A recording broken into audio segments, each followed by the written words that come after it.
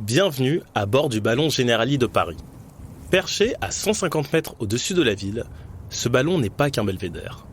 C'est un laboratoire volant, un observatoire scientifique, un lieu où on mesure en direct les effets du changement climatique. Get ready for take-off. Attention au décollage. Dans cette mini-série en 6 épisodes, je vous propose un voyage immersif entre ciel et terre. À chaque épisode, je tends le micro à des spécialistes, chercheurs, médecins, ingénieurs, pour mieux comprendre les liens entre climat, santé, habitat et nos vies. Montez avec moi, ce que vous allez entendre pourrait bien changer votre regard sur l'air, sur la ville et sur demain. Dans cet épisode, je vous raconte l'histoire et les missions du ballon Generali de Paris, ce géant silencieux qui survole la capitale depuis plus de 20 ans. Avec mes invités, scientifiques, ingénieurs et assureurs, on explore comment la technologie, la recherche et les données peuvent alerter, sensibiliser et aider à agir face au changement climatique. Pour comprendre comment un simple ballon est devenu une vigie climatique, un concentré d'innovation éco-responsable, je pars à la rencontre de mon invité, co-inventeur du ballon. Bonjour Jérôme, ravi de te recevoir dans le podcast. Bonjour Mamad, ravi aussi d'être avec toi. Tu es le fondateur d'Aérophile, le leader mondial des ballons captifs à hélium. Quand tu crées ce ballon en 99 à Paris, il s'agit d'abord d'une attraction touristique. À quel moment le projet y bascule pour évoluer et devenir un véritable laboratoire scientifique et environnemental ? En fait, on avait créé le ballon à l'époque en 1999 parce que la ville de Paris souhaitait fêter l'an 2000. Et donc Yves Mourouzi, qui était un présentateur télé, nous avait demandé de mettre un ballon dans le parc André Citroën. Et donc, le ballon devait rester qu'un an et demi. Et finalement, il y a eu un tel succès qu'il est resté maintenant, ça fait 25 ans qu'il est là. Et en 2013, on a souhaité le transformer en laboratoire volant. Generali avait fait des expériences avec Jean-Louis Etienne au-dessus de l'Arctique pour mesurer déjà les gaz à effet de serre. Et on avait trouvé ça intéressant. On avait contacté Generali et Generali avait trouvé super de pouvoir permettre à tous, 24 heures sur 24, de connaître les principaux polluants de l'air. Et c'est la raison pour laquelle, à partir de 2013, on a transformé et c'est devenu le ballon Generali de Paris. Alors aujourd'hui, on parle beaucoup de transition écologique, mais surtout dans le secteur du transport, qui est l'un des plus polluants. Le ballon Generali, lui, il est considéré comme l'un des aéronefs les plus propres au monde. Est-ce que tu peux nous expliquer qu'est-ce qui le rend aussi efficient ? En fait, c'est le seul aéronef électrique homologué pour le grand public. Pourquoi il est électrique ? Parce que si tu veux, tu as un ballon qui est rempli d'hélium, qu'on gonfle une fois, on peut même récupérer l'hélium à la fin de l'opération. C'est comme un ballon d'enfant, toi l'hélium il n'a qu'une envie, c'est de monter, et donc il est relié à un câble, lui-même relié à un treuil, et c'est le treuil qui est électrique. Et si tu veux, c'est comme l'inverse d'un ascenseur, c'est-à-dire que le treuil freine en montée, parce que le ballon n'a qu'une envie, c'est de tirer, et à l'inverse, le treuil tire et a de la puissance électrique pour descendre. Mais c'est des puissances électriques très faibles, parce que les vitesses sont très faibles. Toi, on n'est qu'à 1 mètre seconde, on est à quelques kilomètres heure, et ça permet donc de consommer le minimum d'électricité. Et comme en France, l'électricité est quasiment entièrement décarbonée, eh bien finalement, on a un ballon totalement décarboné. Et comme on est ouvert au public, puisqu'on est un aéronef homologué par l'aviation civile, eh bien on est le seul aéronef électrique homologué pour le grand public. Alors, parler de transport, c'est exagéré, puisque on va du point A au point A. Mais on fait quand même un vol jusqu'à 300 mètres d'altitude au-dessus de Paris. Donc ça permet à tous de découvrir la ville d'une façon totalement décarbonée. Au fil du temps, le ballon, c'est devenu un laboratoire volant, donc qui a intégré plusieurs indicateurs, comme celui de la mesure de la qualité de l'air, des gaz à effet de serre et plus récemment du pollen. Est-ce que tu peux nous raconter comment cette évolution elle s'est opérée ? En fait, si tu veux, il y a 2 phénomènes dans l'air qui sont très importants. Le premier, c'est pour la santé humaine. Donc, c'est principalement ce qu'on appelle les particules fines. C'est les petites poussières qu'on respire qui sont très dangereuses. Ça a été évalué à 40 000 morts par an en France. Et puis, tu as les gaz à effet de serre, qui ne sont pas directement dangereux pour la santé humaine, mais qui, à terme, avec toutes les conséquences qu'a le réchauffement climatique sur la planète, a des conséquences sur la santé humaine. Tout ça, ça se passe dans un espèce de chaudron énorme, qui est l'air, l'atmosphère, et même la basse atmosphère, entre 0 et jusqu'à quelques milliers de mètres d'altitude. Et donc, l'objectif du ballon, c'est que finalement, comme il va de 0 à 300 mètres, sans émettre aucune émission, puisque comme je l'ai dit tout à l'heure, il est électrique, eh bien, il va faire une carotte de l'air et il va connaître exactement la composition de l'atmosphère dans ses basses couches et de savoir quelle est la quantité de CO2, quelle est la quantité de méthane, quelle est la quantité de particules fines. Et c'est tout l'intérêt du ballon, c'est que c'est un laboratoire volant extrêmement utile et efficace pour mieux connaître les polluants de l'air. Les polluants mauvais pour la santé, les polluants mauvais pour la planète. Ok. Aujourd'hui, le ballon Generali Paris, c'est aussi un outil d'information à destination du grand public. On sait que pendant des années, il a affiché en temps réel la qualité de l'air à travers un code couleur qui était visible dans tout Paris. Selon toi, quel rôle peut jouer un objet comme celui-là dans la sensibilisation du grand public aux enjeux climatiques ? Alors, on va continuer à faire changer le ballon de couleur en fonction de la qualité de l'air au ballon. Il faut savoir que grâce aux politiques faites par la ville de Paris, peut-être en partie un peu grâce à nous, en tout cas, la qualité de l'air à Paris s'est extrêmement améliorée. La pollution a été quasiment divisée par 2 en 10 ans. Ça, faut le dire, c'est important. C'est-à-dire qu'en fait, quand tout le monde travaille ensemble, on arrive à quelque chose. Le réchauffement climatique, c'est un sujet beaucoup plus compliqué parce que la qualité de l'air, c'est un sujet local. Et donc, si on agit localement, on peut espérer avoir des effets locaux avec une amélioration de la qualité de l'air, alors que le réchauffement climatique, c'est un sujet global sur toute la planète, et donc c'est beaucoup plus compliqué à régler. Néanmoins, il faut continuer à faire en sorte que les gens comprennent de quoi parle-t-on. À partir de 2025, le ballon va prendre une nouvelle dimension. Ça va devenir une vigie climatique. On va indiquer l'élévation de la température par rapport à l'ère pré-industrielle. L'élévation de la température de la Terre, du globe, ça va être 1,56 degrés pour 2024, et l'élévation de la température pour l'Europe, qui est hélas le continent où la température s'élève le plus vite, et en 2024, c'est 2,96 degrés. Donc on va ainsi permettre à tous de prendre conscience de la rapidité et de l'importance du réchauffement climatique. Il faut qu'on ait ces chiffres, il faut qu'on prenne conscience de l'importance et de la rapidité du réchauffement climatique, même si beaucoup souhaitent l'ignorer. Ça permet de mieux faire prendre conscience et peut-être de pousser à prendre le vélo, à marcher à pied, et même dans sa consommation, d'acheter moins de choses qui viennent de pays très lointains et d'essayer d'acheter plus local. Bref, de penser tout le temps à ça, comme on pouvait espérer qu'en indiquant la qualité de l'air, eh bien, les gens prennent plus les transports en commun, marchent plus, prennent moins leur voiture. Je pense que c'est en fait en étant informé qu'on peut espérer un meilleur comportement. Bien, merci beaucoup Jérôme pour toutes ces infos. Merci Mamad, avec plaisir.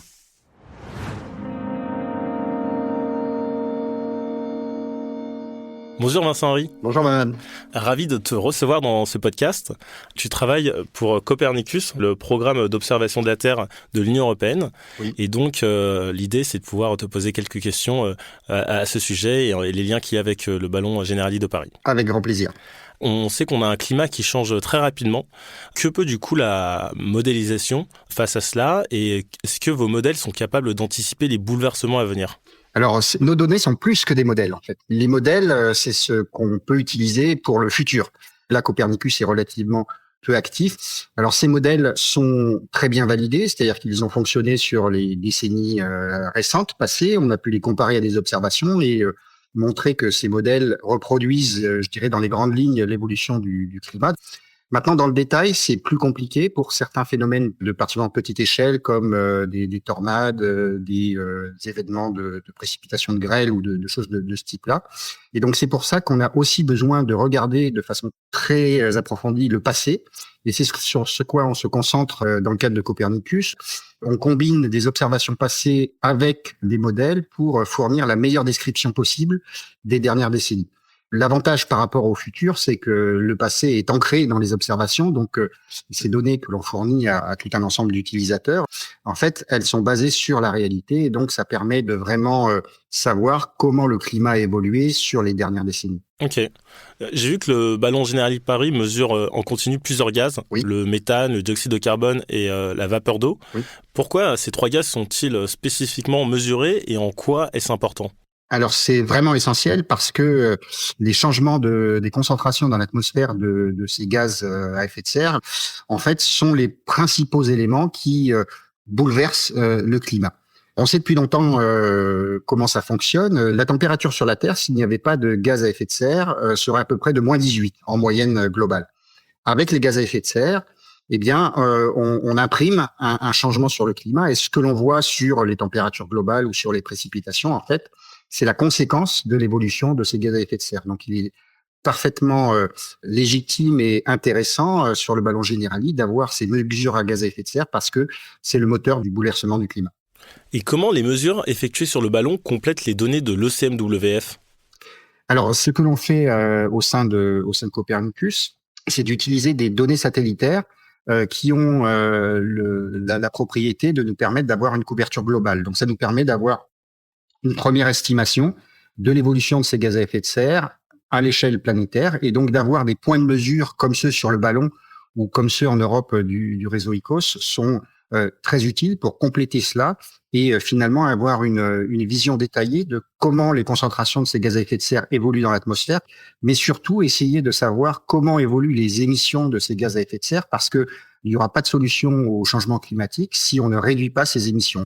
J'ai également vu que le ballon Generali de Paris affiche désormais un indicateur très simple, l'écart de température par rapport à l'ère pré-industrielle. Oui. Et donc ça, c'était calculé grâce aux données de Copernicus. Voilà. Que représente ce chiffre concrètement ? Alors, comme vous le savez, il y a le processus des accords de Paris, la COP21, où les pays du monde se sont mis d'accord pour maintenir le changement de température moyenne globale à la surface entre 1,5 et 2 degrés par rapport à la moyenne globale de la période pré-industrielle. Et donc, ce que l'on fait, nous, à Copernicus, c'est de calculer mois après mois l'évolution de cette température moyenne globale. Et donc, on a pu voir qu'en 2024, pour la première fois dans l'histoire, nos données confirment que l'année 2024 a été au-dessus de 1,5 degré par rapport à la moyenne pré-industrielle. C'est un très mauvais signe parce que c'est la première fois que la planète, globalement, est aussi chaude. Et le pire, je dirais, pour nous en France et en Europe, c'est que l'Europe est le continent qui se réchauffe le plus. Et pourquoi c'est l'Europe qui se réchauffe le plus par rapport aux autres régions du monde ?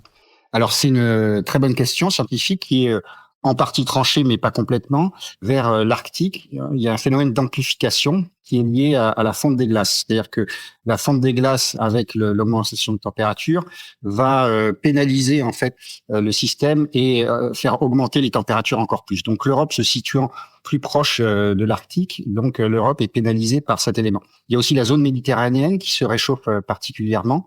Et là, c'est un ensemble vraiment complexe, combinant les circulations dans l'atmosphère, les circulations dans les océans, qui font que l'équilibre, je dirais, naturel du système Terre tel qu'on le connaissait avant la période pré-industrielle est bouleversé. Et donc, le fait est que l'Europe est le continent le plus qui voit l'augmentation de température la plus forte à ce stade.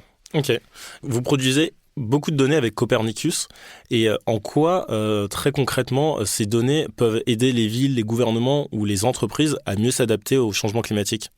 Alors, les données Copernicus, étant libres et gratuites, comme je le disais tout à l'heure, servent tout un ensemble important d'acteurs. Alors, bien sûr, le secteur de l'assurance, mais également, plus généralement, en évoluant vers la santé. Nos données permettent aussi de voir comment les polluants et les pollens évoluent et donc quelle est la pression sur le système de santé et comment aider les particuliers et leurs médecins à traiter mieux par exemple les allergies liées au pollen. Nos données ne sont pas utilisées uniquement en termes de compréhension de ce qui se passe, mais aussi pour aider à réduire ces fameux gaz à effet de serre, et notamment le secteur des énergies renouvelables. Et là, nos données servent à optimiser le déploiement des énergies renouvelables, particulièrement l'éolien et le solaire. Il y a vraiment des centaines d'utilisations des données Copernicus. Ok, super intéressant. Merci beaucoup pour cet échange, Vincent-Henri. À bientôt. Merci, Mamad. À bientôt. Au revoir. Et pour que cette aventure serve aussi à la société, il faut des acteurs engagés capables de mettre l'information scientifique en faveur de la pédagogie et de la prévention. Et c'est ce que l'on découvre avec ma troisième invitée.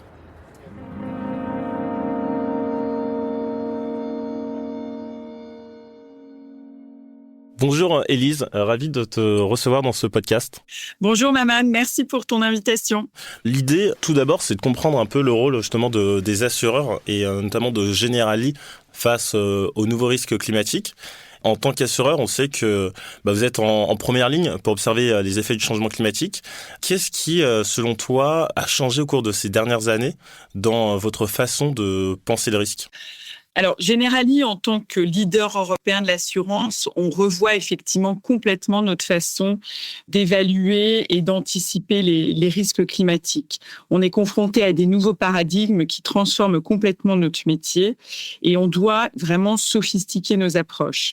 Donc, d'une part, il y a vraiment un dérèglement climatique à prendre en compte. On multiplie les années extrêmement coûteuses en termes de catastrophes naturelles et on va dire que les coûts des catastrophes naturelles en France vont être multipliés par 2 d'ici 2050.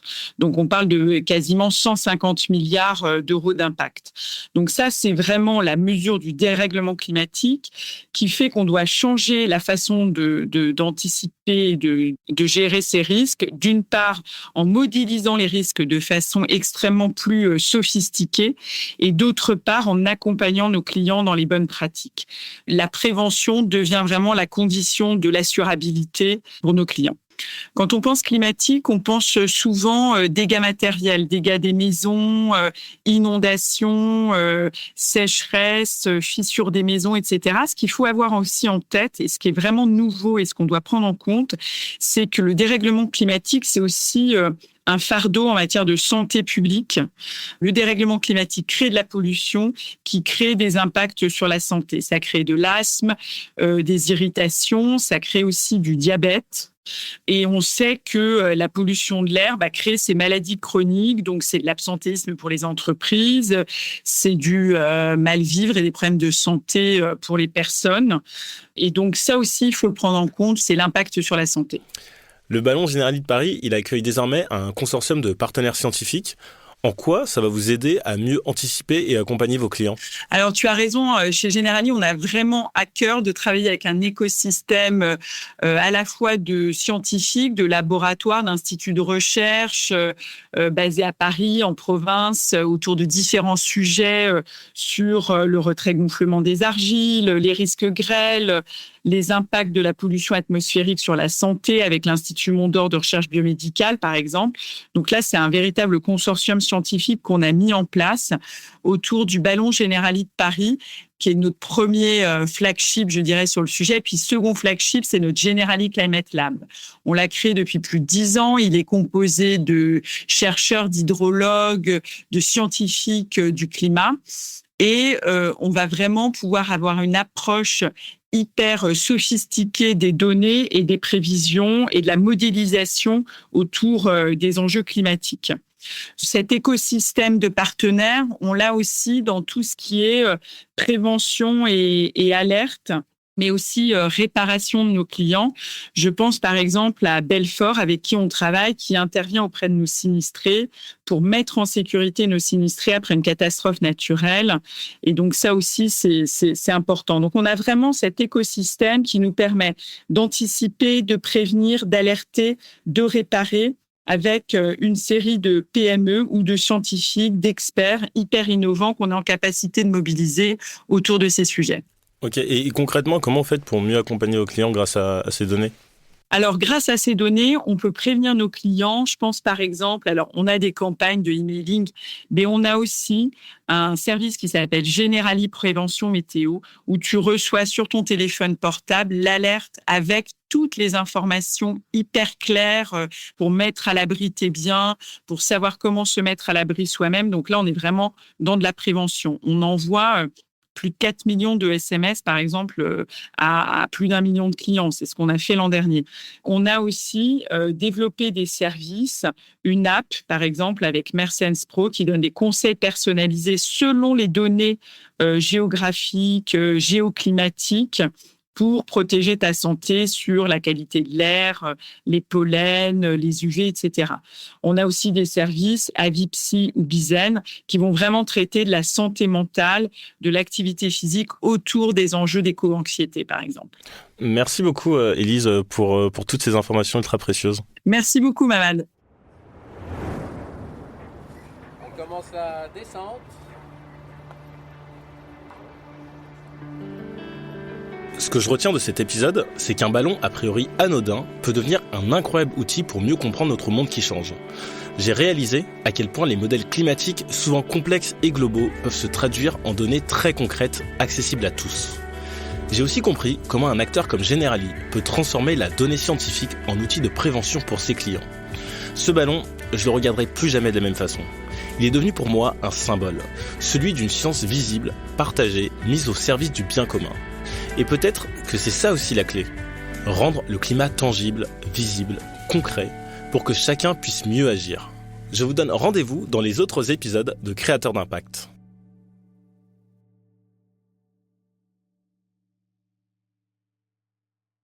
Ne manquez aucun épisode de Podcast Story. Abonnez-vous et mettez 5 étoiles sur Podcast Addict, Amazon Music ou Spotify.